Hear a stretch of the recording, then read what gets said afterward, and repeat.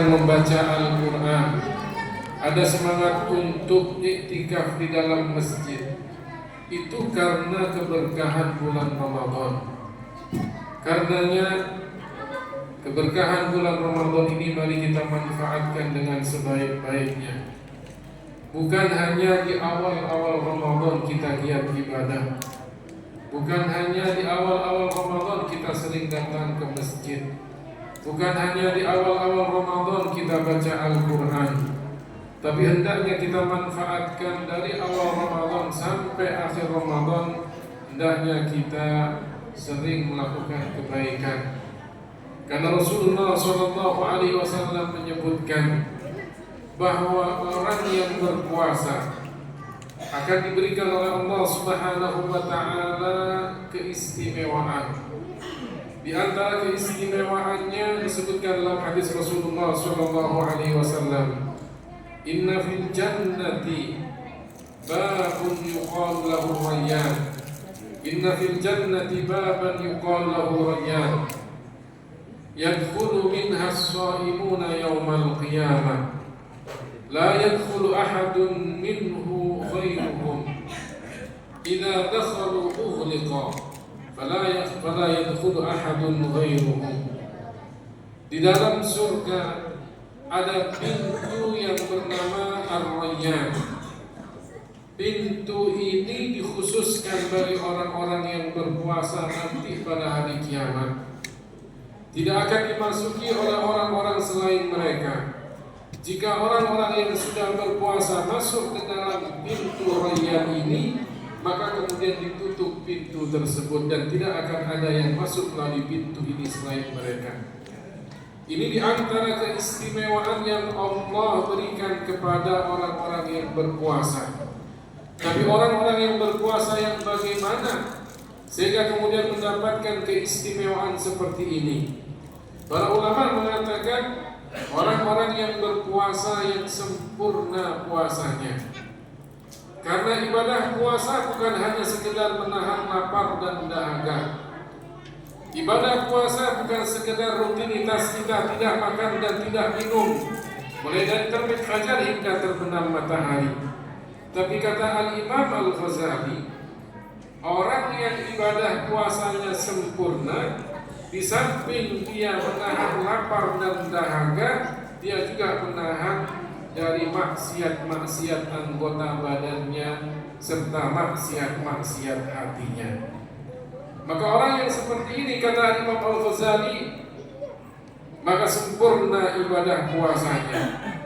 Orang yang menjaga dirinya dari hal-hal yang membatalkan puasa, dari terbit fajar hingga terbenam matahari, tapi jika kemudian tidak menjaga anggota badannya, lisannya masih dibiasakan untuk berkata-kata kotor,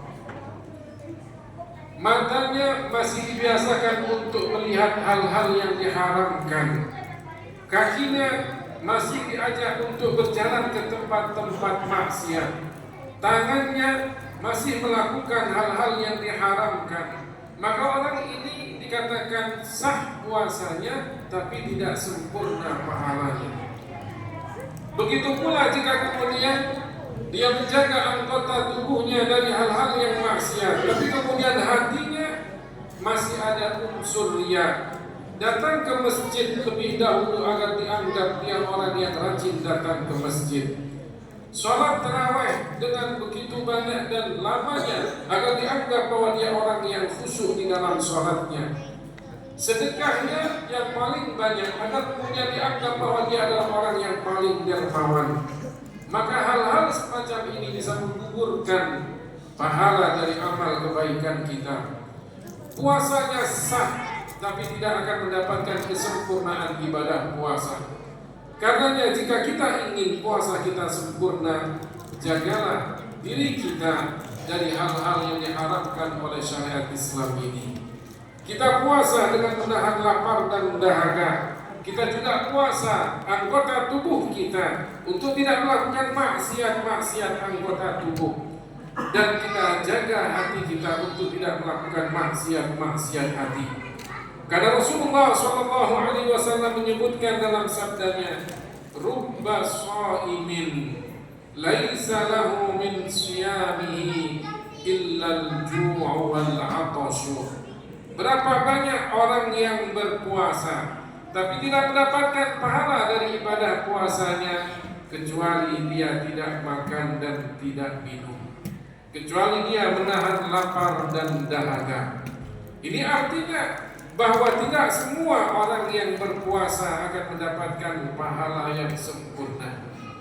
Karenanya mari kita manfaatkan kesempatan yang Allah berikan kepada kita dengan sebaik-baiknya, melakukan ibadah puasa dengan sempurna, agar kita termasuk orang-orang yang mendapatkan kemuliaan dari Allah Ta'ala, pahala yang berlipat. Dikatakan ibadah puasa adalah ibadah yang istimewa. Di dalam hadis qudsi Rasulullah SAW bersabda, Allah Ta'ala berfirman, kullu amal ibni Adam lahu al-hasanatu bi'ashri amthaliha ila 700 dha'fin illa as-siyam fa innahu li wa ana ajzi bihi. Setiap amal anak Adam itu adalah untuknya. Setiap kebaikan Allah lipat gandakan sampai 10 kali lipat, bahkan sampai 700 kali lipat, kecuali puasa. Karena sesungguhnya puasa itu untukku, dan aku, kata Allah, yang akan memberikan balasan orang yang berpuasa. Para jamaah yang dimuliakan oleh Allah Subhanahu wa Ta'ala, mari kita memahami hadis ini dengan benar.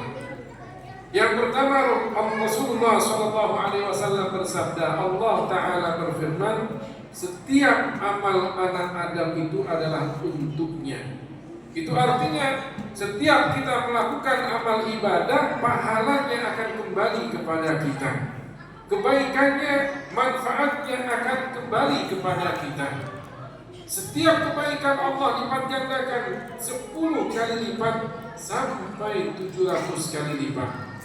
Kalau kita membaca Al-Quran, satu huruf dari Al-Quran pahalanya 10 kali lipat. Satu huruf, alif lam mim, alif satu huruf, lam satu huruf, mim satu huruf, masing-masing diberikan pahala 10 kali lipat. Sampai terkadang pahalanya 700 kali lipat. Di dalam Al-Quran Allah Ta'ala berfirman tentang orang yang bersedekah. Mathalul ladhina yunfiquna amwalahum fi sabilillah kamathali habbatin ambatat 7 sanabila fi kulli sumbulatin 100 habba. Perumpamaan orang yang bersedekah di jalan Allah adalah bagaikan perumpamaan orang yang menanam satu biji, tumbuh subur biji ini, kemudian bercabang menjadi 7. Masing-masing cabang yang 7 ini masih bercabang lagi menjadi 100, sehingga kemudian Allah lipat gandakan pahala orang yang bersedekah itu menjadi 700 kali lipat. Tidak dilihat berapa nilai sedekahnya, sedikit atau banyak, tapi yang dilihat adalah ikhlasnya ketika kita bersedekah. Allah berikan pahala 700 kali lipat. Illa siyam, kecuali puasa. Fa innahu li, karena puasa itu untukku. Bukan berarti Allah Ta'ala akan mendapatkan manfaat dari ibadah puasa kita, tidak. Allah tidak mendapatkan manfaat dari hambanya. Setiap kebaikan yang dilakukan oleh seorang hamba kembali kepada dirinya sendiri.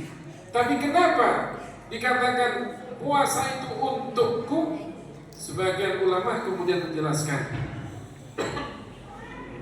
karena ibadah puasa ini adalah ibadah yang susah orang itu untuk melakukan riya di dalamnya.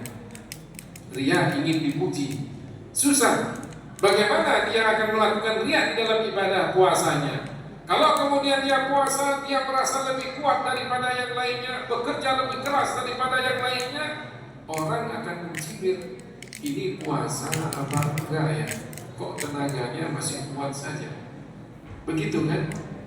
Kalau kemudian dia puasa, dia kemudian